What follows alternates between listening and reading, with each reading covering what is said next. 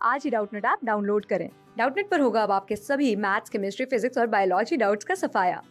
बस अपने क्वेश्चन की फोटो खींचो, उसे क्रॉप करो और तुरंत वीडियो सोल्यूशन पाओ। Download now.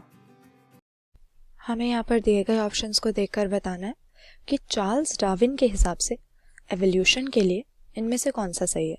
अब चार्ल्स डार्विन हम जानते हैं कि एक बहुत ही जाने माने ब्रिटिश नेचुरलिस्ट हैं जिनका एवोल्यूशनरी बायोलॉजी में बहुत ही इम्पोर्टेंट कंट्रीब्यूशन था, क्योंकि उस समय पर हमें ये तो पता था कि लाइफ फॉर्म्स में समय के साथ कुछ ग्रेजुअल चेंजेस आते हैं जिन्हें हम एवोल्यूशन कहते हैं, लेकिन इस एवोल्यूशन का कारण क्या होता है या किस मैकेनिज्म से नेचर में एवोल्यूशन होता है, इसका हमें मालूम नहीं था।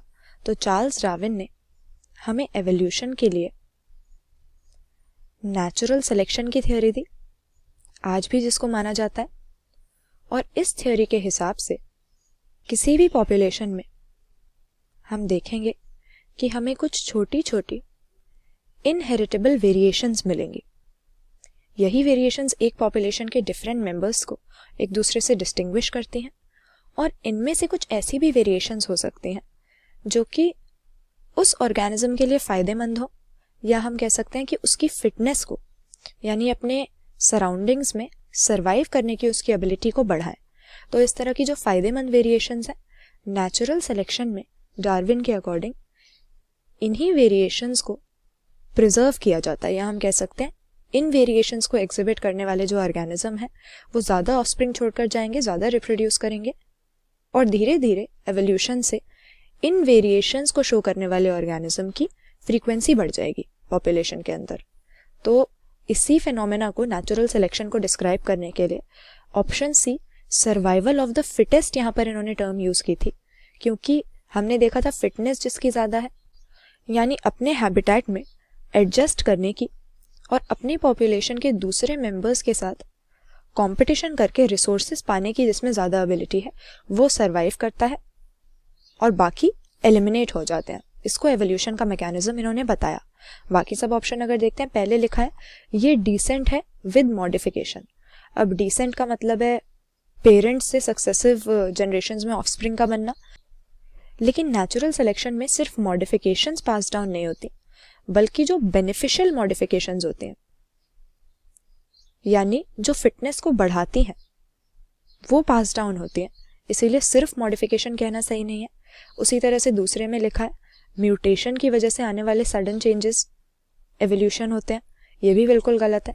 म्यूटेशन की जो थ्योरी है वो हमें डार्विन ने नहीं बल्कि ह्यूगो डिवरीज नाम के साइंटिस्ट ने दी थी।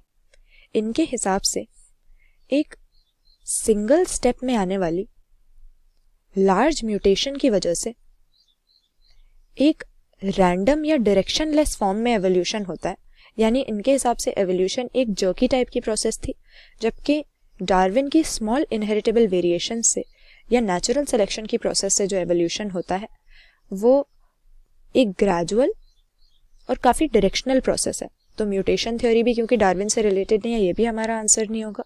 और यहाँ पर कह रहे हैं इरिवर्सिबल चेंज लास्ट वाले ऑप्शन में, ये भी गलत है।